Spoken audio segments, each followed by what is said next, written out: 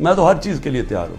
अल्लाह के ऊपर पूरा एतमाद है। मैं तो ये अपनी ज़ात के लिए कर नहीं रहा, ये तो मेरे अपने मुल्क के लिए। मैं जब निकला था आज से 27 साल पहले, तो मैं तो जहाज समझ कर निकला था, क्योंकि अल्लाह तो मुझे सब कुछ दे बैठा था। तो ये तो अब आपके ऊपर चैलेंज है, क्या आपने चुप करके जुल्म होने देना अपने ऊपर और अपना मुस्तकबिल ख़त्म करना है, या आपने पुरअमन एहतजाज करना है और सब ने मिल के करना है कि ये जुल्म हमें कबूल नहीं, हम आज़ादी चाहते हैं, हम हकीकी जमहूरियत चाहते हैं। हकीकी जमहूरियत का मतलब हकीकी आज़ादी चाहते हैं। हम किसी सूरत किसी जालिम के सामने सर नहीं झुकाते।